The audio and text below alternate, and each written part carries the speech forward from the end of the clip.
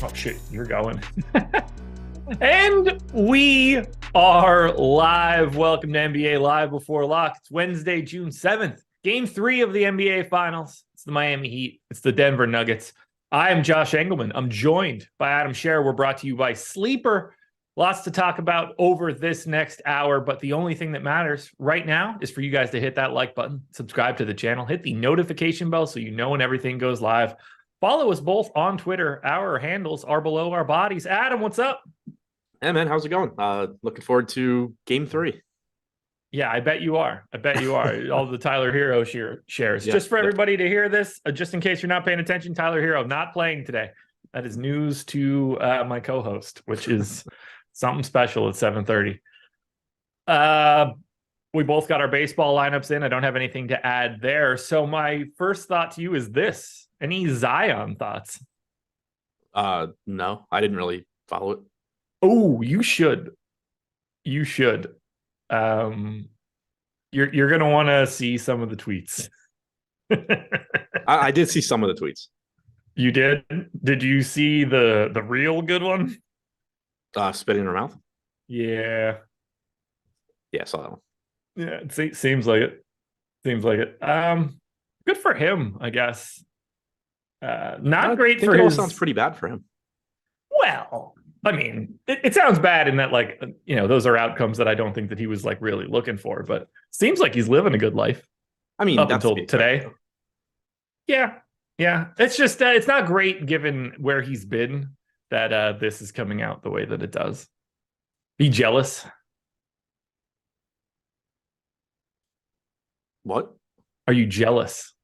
No. Really?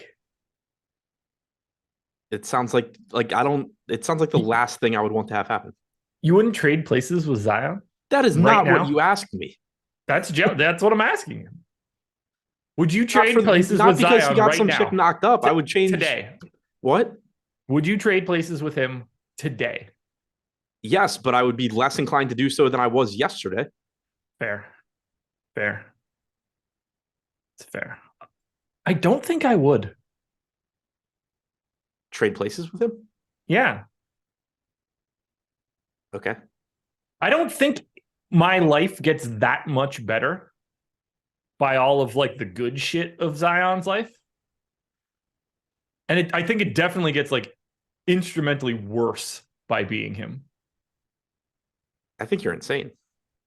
I mean, I get all these people just calling me like a fat ass all the time. I got to go work to maybe get back to the NBA. Yeah, I guess if you're going to switch into like random people and stuff, like my life is pretty awesome, all things considered. I mean, I guess if you're going to switch with an NBA player, he probably is like the most annoying one to switch with because you have a lot of work ahead of you. And he's got a lot of additional baggage now that he didn't have 48 hours ago in my mind. I really wouldn't do it. Which is mind-blowing to me, considering this dude is worth like, you know, 100 million over the next couple of years. Yeah, which again is why I think you're insane. Right. I don't. Mariah Mills, you're bugging, Josh. I don't know who that is, and didn't know. I don't know the name now. Don't know what she looks like. Didn't know her before the news broke. So I can't help you guys out there. You want to talk some basketball? Yeah. I don't know why I asked you that. The answer is probably still no. We do have a lot to talk about. Well, I would like to do that too. It's an interesting slate. DraftKings finally went ahead and made Jimmy Butler and Jamal Murray comparable in price. You can play Jimmy Butler now. I had him aggressively this morning, second most exposed guy earlier, but we're starting at least a little bit to get the pricing to where we need it to be, except for Kevin Love, who somehow they forgot started in game 2. So I think what is best for us right now, hit on the Heat to start. We'll hit on Denver for a little bit. We'll dip into FanDuel a little bit later, and then we'll just open it up for some questions. But as I look at the Heat right now, I want to start with Kevin Love. $2,400, got the start in game 2. Is there any scenario where he's not like the obvious value play for today? No, I mean, he started last game. He played enough minutes, wasn't in the closing lineup. You don't expect him to be. Played 22 minutes. That's what you saw, even going back like earlier in the postseason during the regular season when he started. He's almost never going to be in the closing lineup, but got to start, played 22 minutes, played 3 quarters essentially. They won the game, so you're expecting similar rotations there. Like, should it shock anybody if the game goes differently and he drops down to like 16, 17 minutes? No, but still at that price tag stands out as clearly the best value. I just don't get it. I'm shocked to see that he still has a price tag lower than Haywood Highsmith, which very clearly makes it that like they don't manually override anything. Yeah, it's clearly just incorrect. Should he be more owned? Or does that seem about right? I thought you meant that Highsmith. No. Ownership's not loading for me, so I don't really know. In and around 60.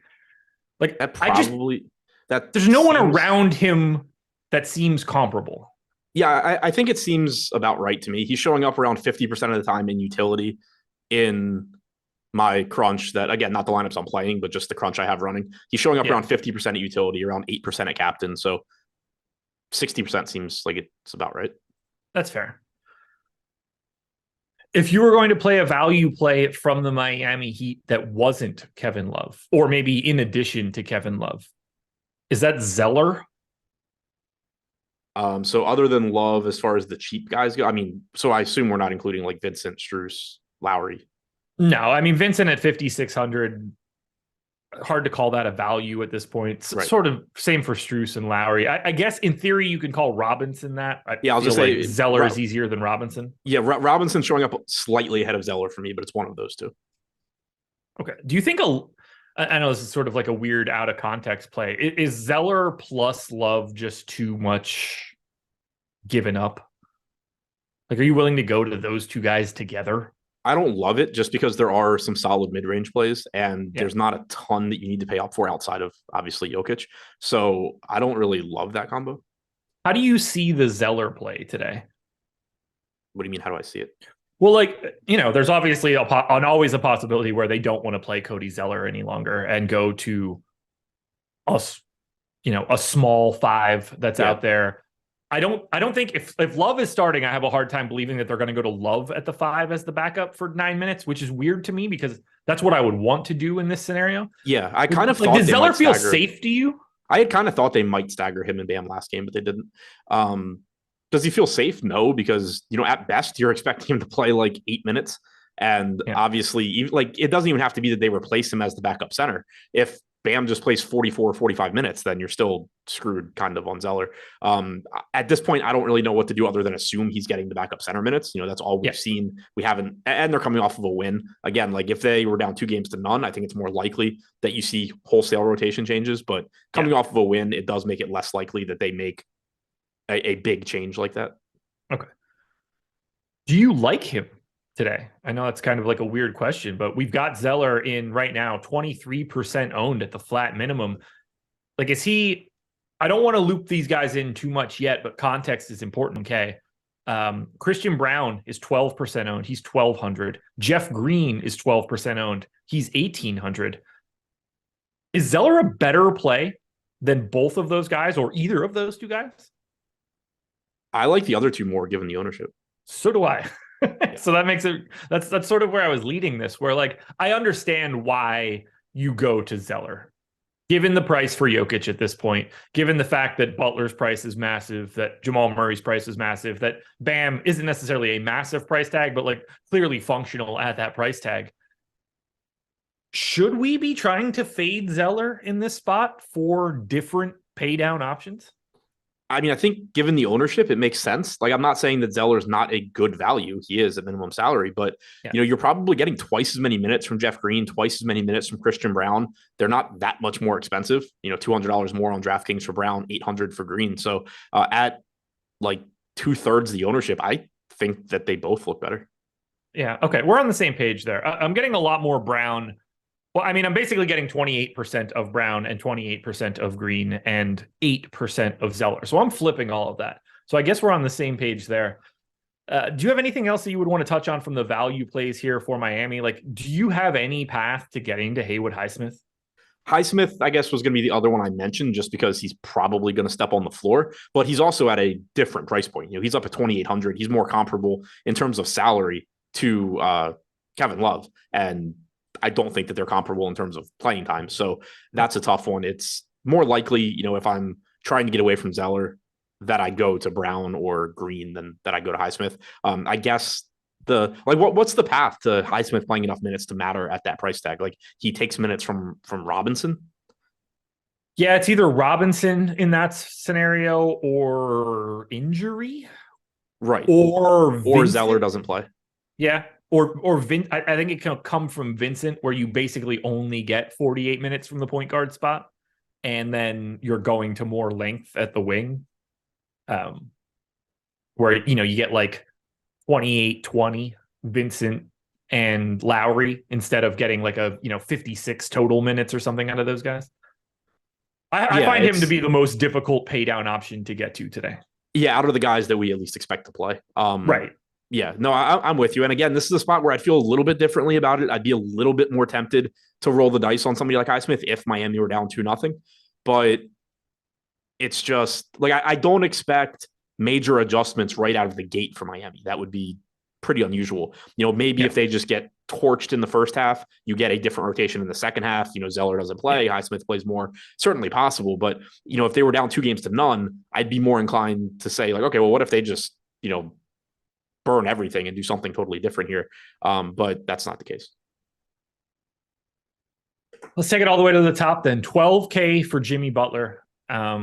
Finally priced in a range near Jamal Murray. I actually think Jimmy Butler is a significantly better play today than Jamal Murray, especially now that we're in Miami. He's pulling 56% ownership. How do you want to handle Butler at 12K?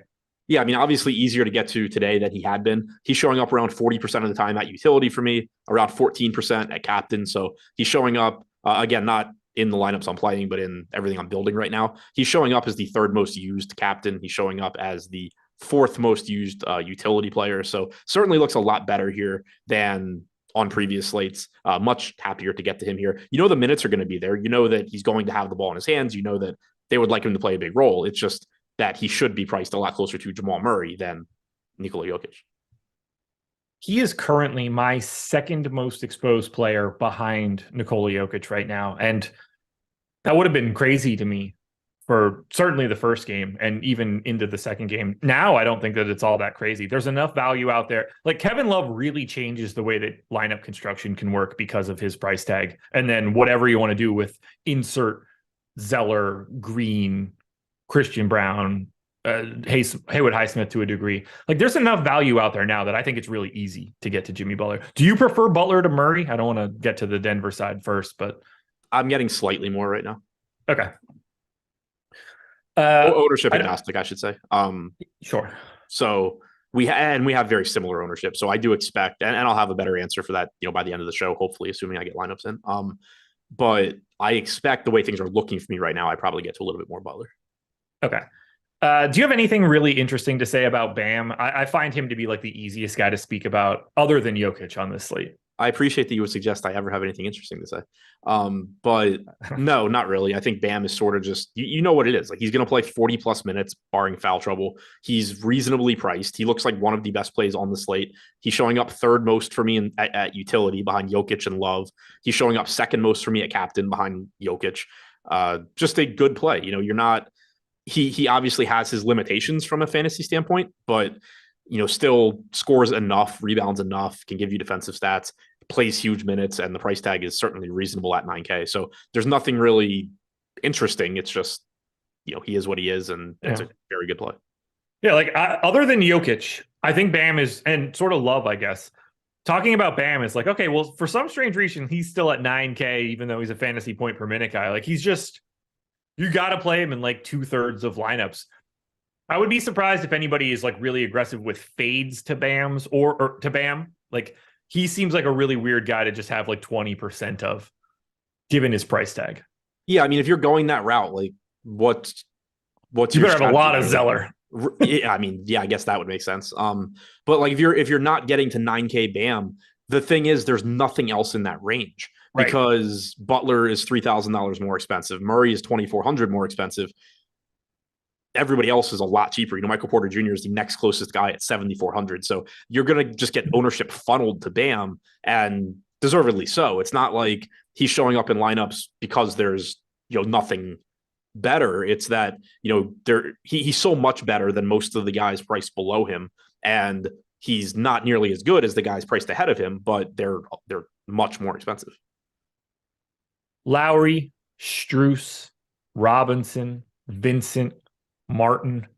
When you look at the rest of those guys, we're seeing a ton of ownership coming into Gabe Vincent right now. He's a guy that I've been getting to a lot. He was really instrumental in me taking down the big GPP in game 2. Not never nearly as a doubt. instrumental as the blind scorekeeper in Denver. I personally think that scorekeeper deserves a raise. However, I did love that we were both watching the game. We were both intently watching Jamal Murray, and it did not cross either of our minds that he may have gotten an assist on that play. Nah, I opened my app up and I was just like, why is there a 1 next to my name? I celebrated the win, opened my app, and was like, what? And so then I'm like going back through the play-by-play, like, what did I miss? Like, nothing happened. Yeah, no, I felt the opposite way. I just liked having the money. I've been on Vincent a lot. He's 47% owned today at 5,600. I don't mind it. That seems like a lot of ownership, though. Yeah, I mean, I think he's still a good value play. He's showing up in utility for me on DraftKings around 31% of the time. So I think he's good. But like you said, 42% utility ownership, 5% captain ownership. He's showing up around the same at captain, but I'm just getting less at utility, it looks like. And then when it comes to Strus and Robinson, these are two guys that at this point, I'm kind of just happy to be around the field. Like, they're so dependent on each other. And the only thing that you can say is like, well, whoever's making the shots is probably going to stay on the floor. Right. I can't sift through that. To an extent, that does keep their ownership in check.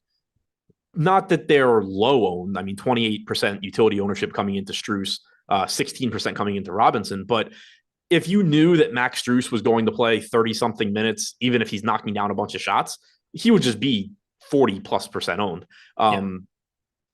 So it does sort of, from a tournament standpoint, make them a little bit more appealing. Like, at least you're not rostering a super popular scoring dependent guy. But clearly they are going to impact each other's playing time. Whichever of them is shooting well is probably going to steal minutes from the other one. Do you have any issue playing them together with it being a showdown slate? No, not at all. There's no combination of two people that I would have a problem with. That's where I'm at also.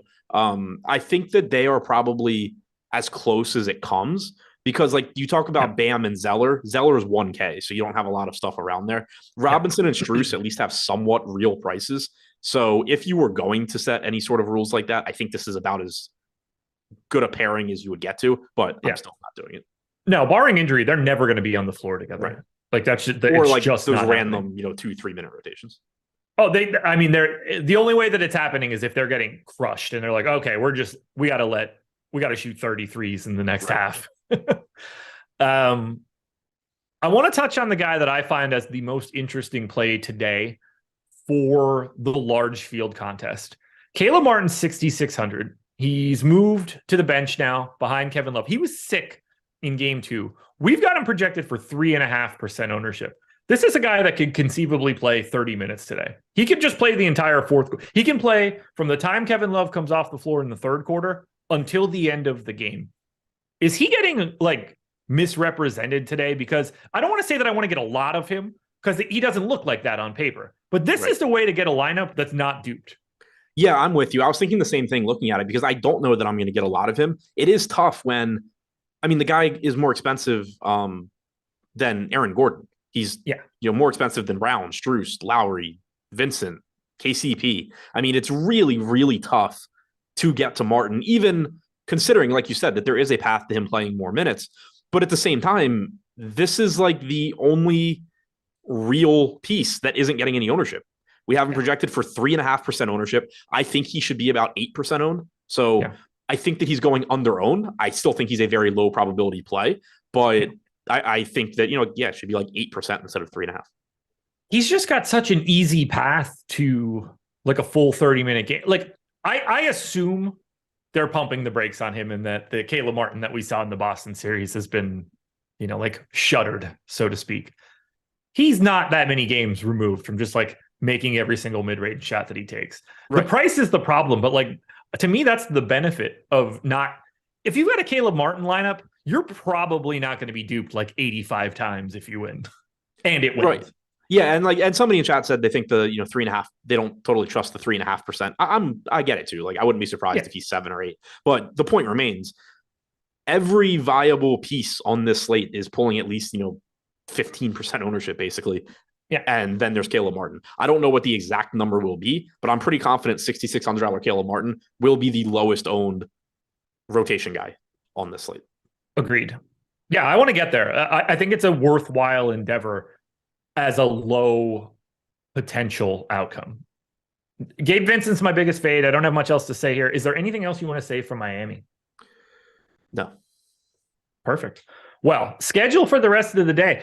There's actually a show after this. We've got PGA Live Before Lock coming up for RBC Canadian. I'm getting down with that bad boy. We've got a major coming up next week. So make sure you're checking out all of our PGA content. You don't want to leave this channel. We're going to be live all the way up until 9:30, I believe. And then I want to talk about the lineup generator. I know we've been talking a lot about the new MLB Sims tool, and with good reason. It is outstanding. The lineup generator is sort of like the precursor to that tool. It's just presenting information in a slightly different way. We're generating thousands and thousands of lineups on the back end, and then we're getting rid of everything that we think stinks. Those low, like those negative ROI type lineups, we're just not presenting them to you. The rest of them are being presented to you. You can click save or click discard. You could lock players and swap players. You can set up all your stacks for MLB if that's the direction you're going to, across FanDuel and DraftKings. And the whole thing is 50% off. You get it for less than $5 for your first week. So I know you're going to hear us talk about the Sims a lot. Just assume that the lineup generator is us handling the Sims on the back end and just presenting the lineups to you. They'll pop up on the screen. If you like it and you click if you'll click save, it just gets put in its own folder. If you click discard, another one just pops up in its place. It's that quick. I highly recommend you guys check it out. The cheapness of it all is a perfect opportunity for you guys to come in and see what we have to offer, because you're going to see projections, optimal rates, ownership. This is the tool for you if you're only playing a couple lineups each night. Well, let's talk a little bit about the Denver Nuggets. This one's a little bit easier to talk about because they don't really do anything different. We know their rotation. Is it possible that Christian Brown doesn't play today and they start to shrink the rotation like they did before? Yeah, maybe. I want to start with one spot specifically. We've got Michael Porter Jr. projected for 33% ownership today at 7,400. Basically the same ownership coming into Bruce Brown. I am very nervous about Michael Porter Jr. today. How do you feel about him being projected for a third of the lineups at the price tag that he's carrying today? I don't really have a problem with it. I'm with you as far as being nervous, but he's showing up. I think he should be about 32% owned. So I don't really have a problem with it. 7,400 is more expensive. It's another just weird price point where he's more expensive than all of the other, tertiary guys, but he's also a lot less than Bam. So there's going to be a lot of lineups, I think, where you have trouble getting from Porter to Bam, even though you would certainly rather get to Bam. So I'm with you as far as being nervous. Do they play Bruce Brown more? Does Porter lose minutes? Aaron Gordon can play more. But at the same time, it's not like Denver's a deep team. They are limited in what they can do rotationally. Yeah. So I think that I'm not even think. I am aggressively more pessimistic on his minutes today than the industry is. I still have him playing 31 minutes. That's way lower than everything else that I've seen. And that's causing me to basically not have Michael Porter Jr. And I talked about it a bit on the strategy show this morning, where if this were just about him not making shots, I would have no worry whatsoever. I'd project him for everything. I wouldn't bat an eye. Mike Malone's not going to sit people because their good shooter just didn't happen to make shots in the first two games. That's not how this works. He looked lost defensively in game two. And if he's having any defensive issues, that's how he gets removed from the floor in place of Bruce Brown. And that's a real thing where he can get himself, like, shooting's whatever. I'll never care about that. For a guy that has the pedigree of being a good shooter, he's just going to let it rip. And if it's not going in, it's not going in. They want him to continue to shoot. I'm nervous that he gets yanked off for not sure they want him. I'm not sure they want him shooting that one shot that has quickly turned into a meme, but in general, sure. Yes. Well, look, every three that he can take without a hand in his face, they want him to take that shot. For sure. No doubt about it. It's an incredible shot for Denver. But if he can't get it done defensively, he's sort of like the inverse of Caleb Martin in that like he's getting the ownership, and I see the bottom of that one in a big way. And it's not like you have to go very far back to find Michael Malone benching Michael Porter Jr. in the postseason because he can't play defense. Not at all. I want to hit these super chats quickly before I forget to hit them. Windy City hit us with a DK question. Porter and Robinson or Brown and Vincent? I prefer the Brown Vincent side of that one by a lot, but I'm obviously down on Porter. I think I do too. And then Goody wants to know, appreciate the super chat, Goody, as well. Any flyers at captain, or are you sticking to the top 4 or 5 projected? DK, GPP, 20 max. I'll have the definite answer for that in a few minutes, but in terms of what I built, it looks mostly like, I guess, I don't know what we're defining flyer as. Everybody showing up at captain for me is a like legitimate player. Kevin Love being sort of the exception, but I'm not like totally punting it, I don't think, but I am getting to some, Love, Porter, Gordon, Vincent. Yeah, I've got double digits going to Butler, Love, Bam, Gordon, and Brown, and assorted lineups with Lowry, Strus, Murray, KCP. I have very little Jokic at captain today at 15-2. I hope he goes out there and drops 100. I'm probably not going to win that slate, but that's what I want to happen. Yeah, it's so easy to root for him. Yeah, but like 15-2, that's a big price tag when you multiply it by 1.5. But I wanted to hit on those first before I forgot to get to them. How do you feel about Jokic? Like I said, 15,200. I assume that's the highest price we've ever seen in Showdown.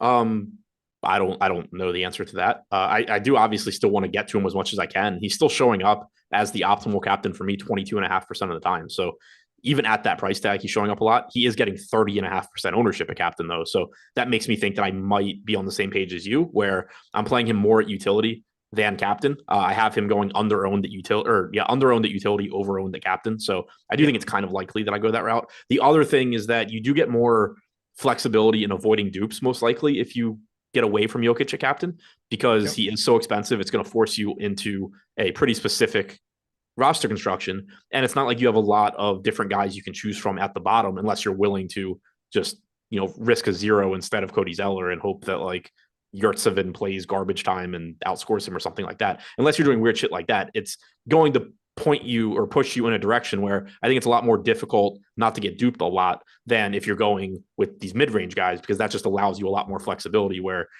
you can play Gordon over Porter and leave $1,000 on the table and, be fine and do stuff like that.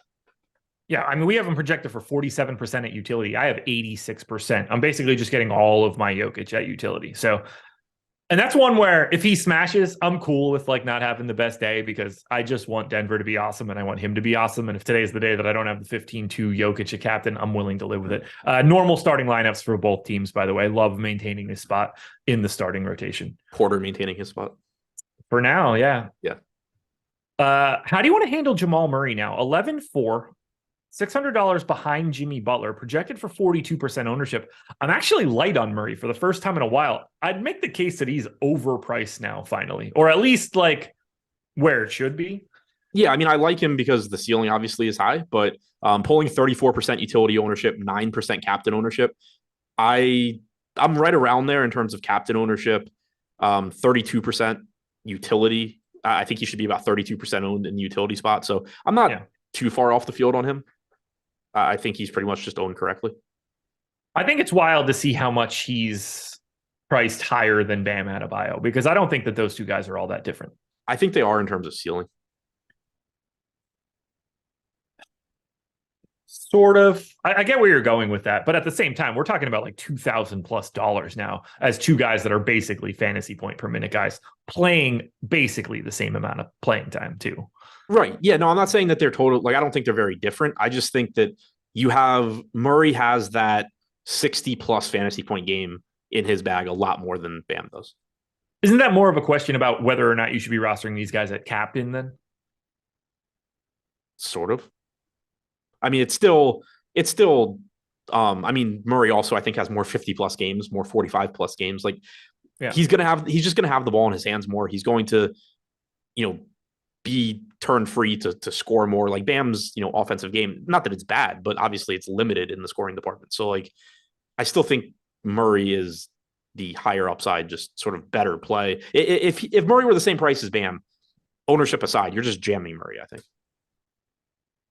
Or I'd be jamming Murray. Yeah, I mean, I have Murray 2.5 points ahead of Bam. So all things equal, I would be getting a lot more Murray in that scenario. But the fact that they're separated by, like, now I think that Murray is priced the way that Butler was priced before, where like he's been disconnected from where he should be. If he were like 10-6 or something today, that would really create a weird balance from Butler to Murray to Bam and really like flatten those guys out a bit. Yeah, I agree. But like, I also think, like we were saying before, like I think him and Butler are pretty comparable too. See, I don't think they are today. I think they are when it's in Denver. Yeah, that's a fair point. Now I think that there are, like, I have Butler by quite a bit at this point now, whereas I think they're a little bit more comparable then. Butler's just going to pick up so many more defensive stats that Jamal Murray just doesn't have access to in the same way. And I think Murray's as each game goes, as each game that goes on, I think you're just more likely to like be bumping up Jimmy Butler's projection too for Miami. That's when the minutes start. Like, that's when Butler's like, okay, I guess I'm playing 47 today. Not that that's not something that Murray's going to do. I mean, these guys are going to all play like 46 plus minutes as we get further and further into this one. Any Aaron Gordon thoughts? I find him like incredibly difficult to talk about. He's sort of like the homeless man's Bam. Yeah, there's nothing really to say. The one thing I do like about Gordon and the fact that he's so cheap is that there are just a variety of ways for him to get there. Like, he's not a primary scoring option for this team because he doesn't need to be. But if Michael Porter Jr. were to get benched, one, maybe you get more minutes for Gordon. Two, you could see him take on a bigger role. If there's some sort of injury to Jokic or Murray, obviously that creates the separate conversation of like, you might be screwed anyway because you have a lot of Jokic, but he's capable of stepping up and taking on a bigger role as a scorer, as a playmaker. So the fact that he can do everything so well when he needs to always makes me intrigued by his upside, especially when he's pretty inexpensive. I forgot to ask for likes, guys. We have 1,500 people in here, 165 likes. Hit that thumbs up if you haven't done it yet. Helps us out a ton. Any Bruce Brown thoughts, or is he just sort of like, yeah, 30% works? Certainly some upside. I like Bruce Brown at captain, and if he's at 2% owned, I think he's like the sneaky captain for today. Yeah, I think he looks okay. I'm kind of eyeballing my lineups. I don't think I'm getting a lot of him. I don't see him really showing up at captain for me. That makes sense. Looks like I have him like once in 50 lineups. Okay. Yeah, I've got 11% of him at captain right now. But as I mentioned before, I am lighter on Michael Porter Jr.'s minutes, and I have Bruce Brown getting a little bit of that benefit. So I'm team Bruce Brown for today. Jeff Green, 1,800. Christian Brown, 1,200. Both 12% owned. Do you have a preference between the two? I think there's a clear answer, even though I have the exact same amount of both. I think Jeff Green. Yeah, so do I, because I don't think there's a scenario where Jeff Green doesn't play, and I think I think it's harder where Christian Brown doesn't. Yeah, I think it's harder to see Green just get completely kicked out of the rotation in DNP. Yep, and $600 is not enough of a difference here for me. Christian Brown could conceivably just never see the floor today. We would never see it. If Denver won Game 2, then I think that everything stands here, and you could probably get to Christian Brown even more. Since they lost, something is up to be changed. Whether that's the Michael Porter Jr. piece that I mentioned, whether that's Christian Brown, they're live to make some change today. That's usually how you see it. I'm getting to both guys north of that ownership, though. It's exactly what we were talking about with Miami, with Highsmith. If Miami had lost Game 2, it would be a lot easier to make a compelling case where Highsmith plays a bunch of minutes. But since they won, it's really tough.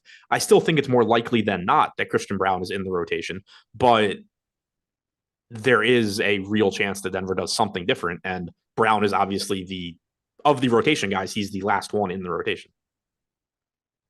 Yeah, right now I have 26% of Green, 26% of Brown, 8% of Zeller, and I'm very happy with that distribution of ownership for those three guys in particular. In play, no outs for De La Cruz he tripled now. Nice.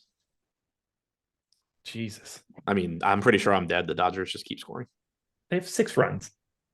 Okay, well, that's one more than last time I saw. Well, it's only through 3 innings, so that's good. I hope they keep it up. But also go Nats and go Cubs and somebody else, Giants, maybe. I don't remember what else I have. Yeah, we both have the Giants. You're, I think, by yourself with the Nats and Cubs. Oh, yeah, I didn't expect to be with anybody else on those two. When it came up, I was just like, shit, I probably have a mistake, but we're jamming. I don't have anything else for Denver. Like, there's no 1K guy for Denver that I think is reasonable for you to play. Like, I think that's an actively bad move because of Green and Brown. Like, there's nobody I would pick. Like, there's no Reggie Jackson, Peyton Watson, whatever, where you're like, okay, I'll take that guy instead of the guy that's in the rotation at 1,200 type stuff. Yeah, I agree. Like, the cheap guys on Denver are not stepping on the floor unless this game gets out of hand. Right. So, any final thoughts for the Denver Nuggets? No. Corey Ballmer hits with the super chat. Bruce Brown and Kyle Lowry, or MPJ and Love? I prefer MPJ Love. I prefer Bruce Brown and Lowry. Not by a ton, though. When I'm wrong with the other side, I think I'm really wrong. Porter, you mean? Yeah. Yeah, but the thing is, if you're right on the Lowry side, what's that even mean? 4,800? I mean, that's a really nice price tag. I'm not saying he's a bad play. I'm just saying, like, he's like half the ownership of Gabe Vincent today. There's going to be a Lowry game. There always is. His fat ass like bumps into a couple people, gets some free throws. He like knocks down a couple threes stupidly. He's just going to do something weird. One day he's going to have all of the energy. I don't know when it's going to happen. One thing that I know that is better than Kyle Lowry for today, that's going to be Sleeper. They are the sponsor of today's show. You should sign up for Sleeper right now. Link in the description because you get a deposit bonus. You put in 100, up to 100, they'll match with whatever you put in there. So my recommendation is put in 100 and get 100, especially for today. And I don't want to get this wrong, so I'm pulling it up next to me because we got a free square on our hands for today. Jimmy Butler. The line is set at 0.5 points for today. That is the free square for today at Sleeper. Now, if I'm being honest, I hope he gets to the under. Sorry, everybody. I don't even want to say that. I don't want to disparage Jimmy Butler. People think that I like hate the Heat or hate Jimmy Butler. I don't at all.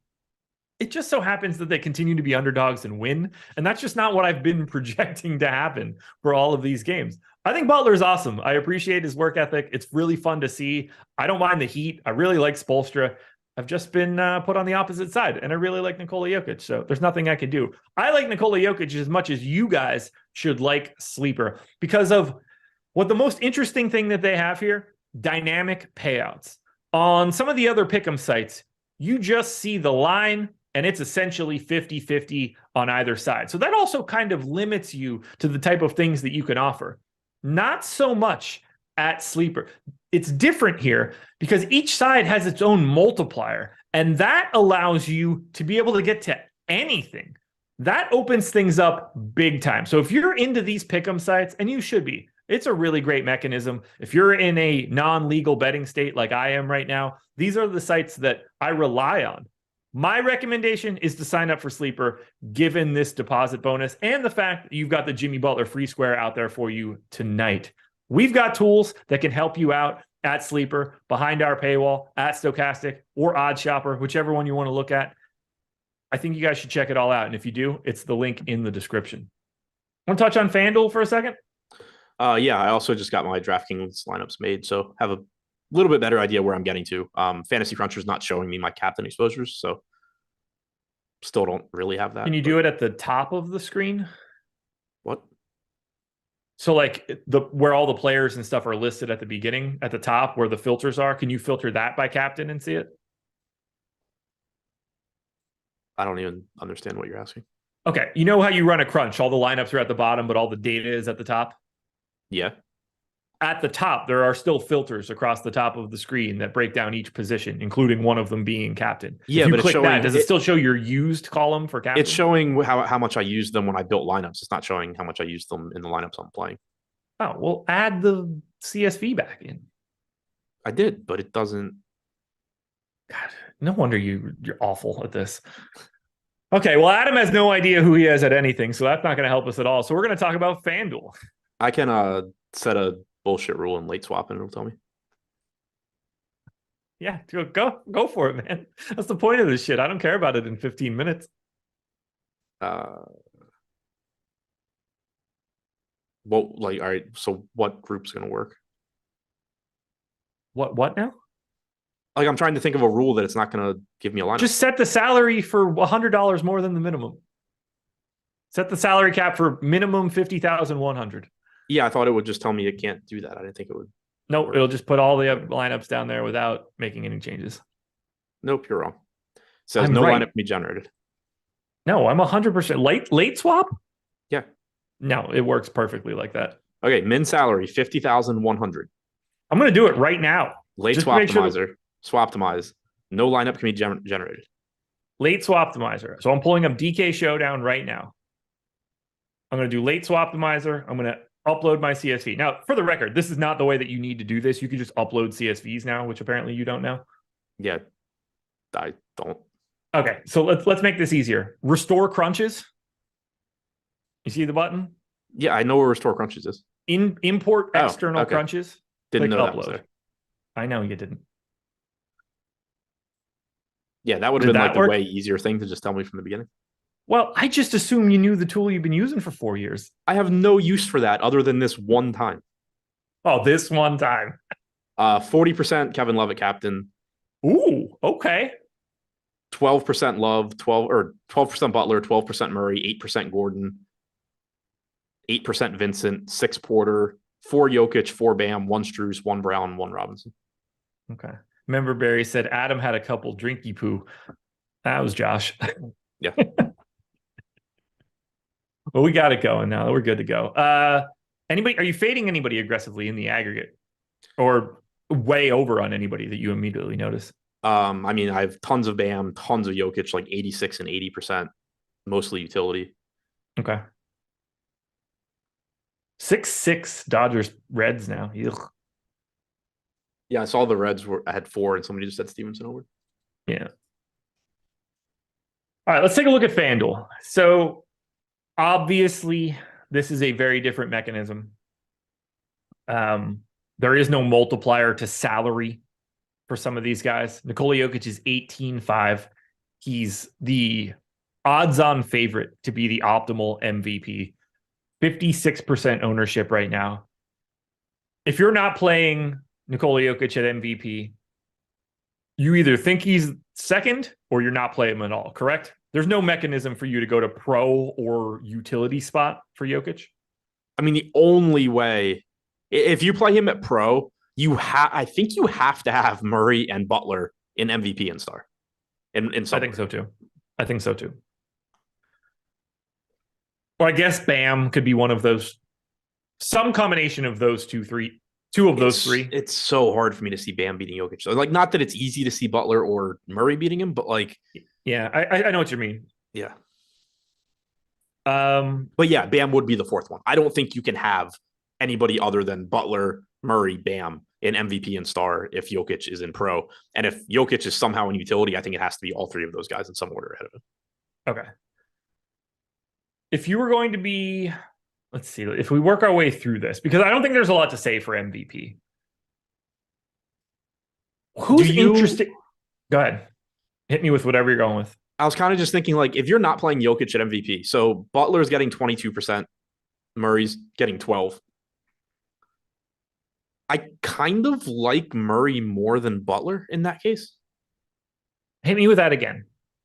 So you like Murray over Butler at where?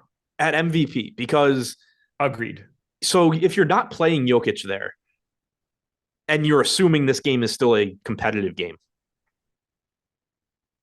if Jokic isn't the MVP, like, if you know going in Jokic is not the optimal MVP, it becomes so much more likely that Jamal Murray had a big game and took some of Jokic's production. Yeah, I agree. I think he's the sneaky way to not be like 2 million times duped on FanDuel. Right.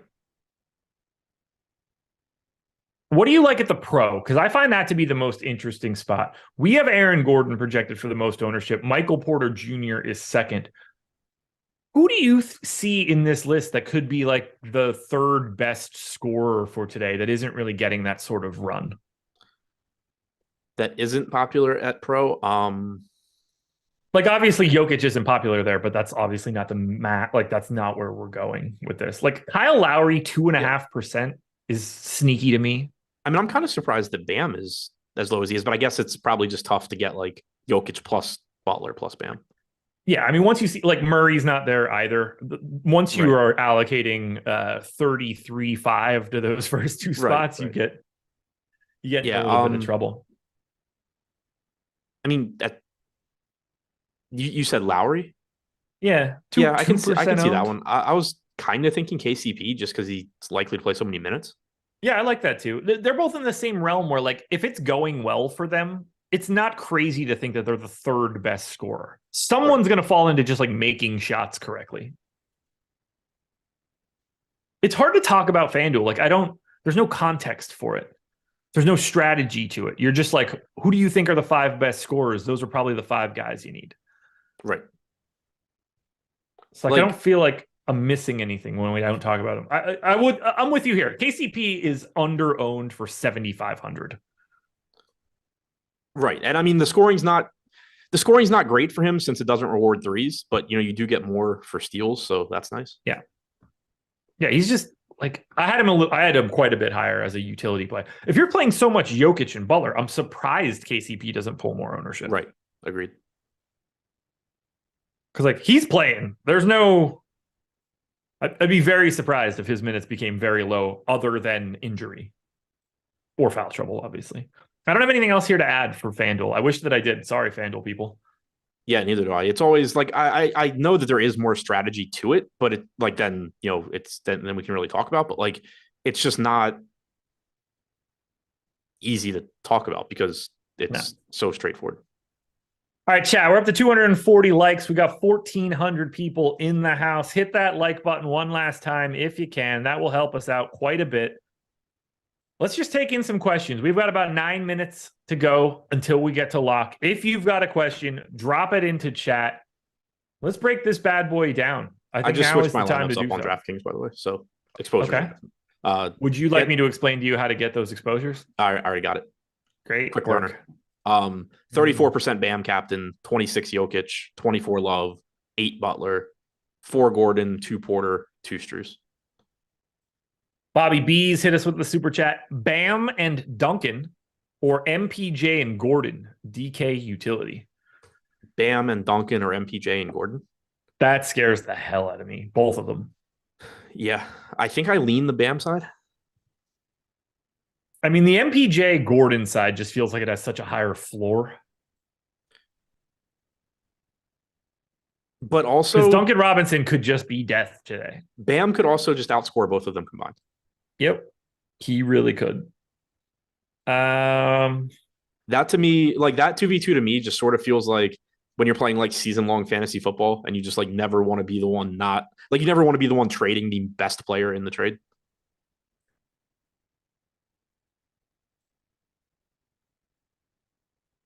I think my answer is MPJ and Gordon, and I say that as somebody that is like not fond of MPJ today. Right. That's a tricky one, man. Like if Duncan were Strus in that example, I'd be like, okay, it's Bam and Strus. I don't know if I should feel like that, but that's how I do feel. Ah, man, that's weird. That's weird. Who do the Suns target this offseason? I can't get into the Suns conversation right now. Too many dum-dums on Twitter not understanding what Chris Paul is at this point in time or understanding contracts at all, which is really the piece that gets me. Love at captain feels like a trap. I disagree there wholeheartedly. I sort of agree, and that's partly why I just redid my stuff. So here's the issue that I see with Love and why I redid it. The reason I had so much Love at the beginning was I had done something to try and limit my dupes a little bit more. Yeah. And I forgot to do that. Kept a lot of the Kevin Love lineups because he's a low-owned captain. Yeah. The problem is that a lot of Kevin Love captain lineups are still going to look the same. So they're still going to be duped pretty heavily, I think. And so that's why I went ahead and redid it. Is now I went ahead and just played what I have as my best lineups, and if they're duped, they're duped. But that's sort of the issue that I thought of with Love is like, one, obviously, things could go sideways and he plays less minutes, but two, I don't think jamming him at captain is alleviating the problem that I was trying to alleviate. I think you're still going to get a lot of overlap on Kevin Love captain lineups. I agree with the overlap on Kevin Love captain lineups because you're just funneled into a very specific construction after that. Right. I like Kevin Love captain lineups if you're leaving a decent chunk of salary on the table too. What'd you say? I like Kevin Love captain lineups if you're also leaving a decent chunk of salary on the table too. Yeah, but I think that's kind of difficult with these teams because it's very difficult to the tiers are so distinct. Like where let's say you're leaving money. Sure, you could play Bam over Murray, but like if you have the money for Bam, who are you playing over Bam that costs less? See, I'm looking at it further down the list. Like I've got one lineup with Love there where I leave a bunch of money on the table, but instead of having someone like Max Strus, I go to Duncan Robinson. Okay. Like, yeah, that's fine. Let me see what mine, because I still have like 25%. Like I got a 49-2 Kevin Love lineup that is like, if I'm leaving 800 there, I kind of like that. And yeah, that's pretty highly ranked. Kevin Love lineup too. Who are the two cheapest players that aren't Kevin Love? Brown and Strus. Okay, we have this. Then that's the same lineup. Yeah. It's I mean, it's in my 150. That's for sure. Yeah, it's in my top 50. 99.8 percentile of top 1%. Yeah, so I wonder how we ended there. Yeah, so I mean, I do fully expect to get duped a good amount tonight, but I think I still just have trouble like finding a good way around it with these teams too, for the same reason I was just saying. Yeah, you get I think the most flexibility to avoid them if you are going to captain one of those mid-range guys, whether it's like Gordon or Strus or Vincent or Lowry. I think that's the easiest way around them because you get the most flexibility in your roster construction. The problem is that like those just kind of end up being shitty lineups a lot of the time. Marco Vasquez said, crazy talk here, but how about Vincent in the MVP spot on FanDuel? Absolutely not. Yeah, that's 0% chance. Yeah, like it's okay on DraftKings since you're getting the salary multiplier. Yeah, but that's it's a literal zero. He cannot be the highest scoring player on today's slate. Yeah, unless there's the court breaks and like people fall into a hole. He makes like the first basket of the game and then they get a roof leak. Yeah, that one's just, you cannot do that. How many people like Jokic, Butler, Murray, Bam? Would you be willing to have anybody else at MVP? Jokic, Butler, Murray, Bam. No. Yeah, neither would I. I mean, if you do, it's like MPJ and you hope that he makes like 12 threes, but yeah, no, it's impossible. Ben's brother Sean hit us. Bam, the captain. No, neither do I. But like, yeah, at least has to be included in the conversation of can it happen? But like, he's getting 8% ownership. I kind of think he's more overowned than the other three. Oh yeah, like but 8 is more than the 0.9 that. Sure. Yeah. No, I'm with you. Like, it's at least. Yeah, I'm with you. At least like it's feasible that somehow Bam is the highest scoring player on the slate. Yeah. But I still think that if Murray is going to be 12% at MVP and Bam's going to be 9%, I would rather play more Murray and just not play Bam. Sean wants to know Jamal. So Murray, Bam, Caleb Martin, MPJ, Aaron Gordon, FanDuel GPP. Is it unique? Yes, it's very unique. Things can either be unique or not unique. They can't be very unique. Sure they can. But yeah, there's life is a spectrum, man. If gender is on a spectrum, uniqueness is also a spectrum. You're an idiot. Yeah, no Jokic just eliminates like the entire field basically. And then adding in Caleb Martin also eliminates a lot. So okay, so I was reading them in order. So my assumption was Caleb Martin was in the pro spot at that point, which makes me feel like that is a lineup that no one else will have. Yeah, I mean he's 6% owned in pro. But Caleb Martin is? Yeah. Holy shit. at least as of last time I updated. Okay. I just assumed that there was no way that was the case. Yeah, 6% pro, 13% utility. That is just not a lineup that's going to be duped all that frequently. Right. Not having Jokic removes 70% of the field right there. Yep, that helps. It doesn't have Bam. Or sorry, it doesn't have Butler either. Oh, then yeah. I was just going to say not having Butler at MVP removes another very large chunk because of the 45% that doesn't have Jokic at MVP, a lot are going to be Butler. So yeah, not having Butler at all. Yeah, that lineup's not. You better hope that Jokic and Butler fist fight each other off the tip. Of the non-Jokic Butler lineups, that's probably about as good as you can get. Agreed. Well, yeah, you got 5 real dudes. Yeah. And like you've got 3 pieces of you've got the best 3 pieces of the Nuggets without him. Right. To get on the opposite side of Jokic. Right. It's like, okay, it wasn't Jokic, it was everybody else. Right. And if Butler were to get hurt or something, Caleb Martin is the next guy stepping up probably. Yeah. Yeah, like you're not going to win that one probably in your lifetime, but it might be a decent lineup to have. 1 more minute to go. I am cheering very aggressively for Nikola Jokic, for Jimmy Butler, for Kevin Love, for Bam Adebayo. Cheering very aggressively against Michael Porter Jr. And I'm kind of just hoping that Caleb Martin's ownership is right and he's 2% owned because I have 18% Caleb Martin today. I didn't get to him. Of course you didn't. You'll really enjoy that in the final minute of tonight's game. Yeah, another rebound hits him in the face and it matters this time. Yeah. Do you have electricity right now? I guess you do if you're on, or is that battery power on the laptop? It's just very dark in there. Light. I didn't know if you cut the power. It's the light from my laptop and from outside. Yeah, I figured the power just got cut. No, I just I'm not used to doing 7:30 shows, so I didn't even think to turn a light on. Yeah, you and me both. How's the fire in Baltimore? It's not bad. I think it's supposed to be worse tomorrow and Friday. It's really hazy. Like it's ugly out, but it's not orange. Those pictures at Yankee Stadium are nuts. Yeah, New York looks insane. Kevin Roth posted like a smoke model that looks like we're supposed to get hit pretty hard tomorrow and Friday. So looking forward to that. Well, we are locked, folks. We are locked. Good luck to everybody in game number 3. I'm excited to just go watch a little basketball. Thank you to Sleeper for being the sponsor here. Thank you to Jordan Klein for producing this bad boy. Thanks to Adam, I guess, for joining me for this one. Good luck to everybody. PGA Live Before Lock coming up next. Talk to you later.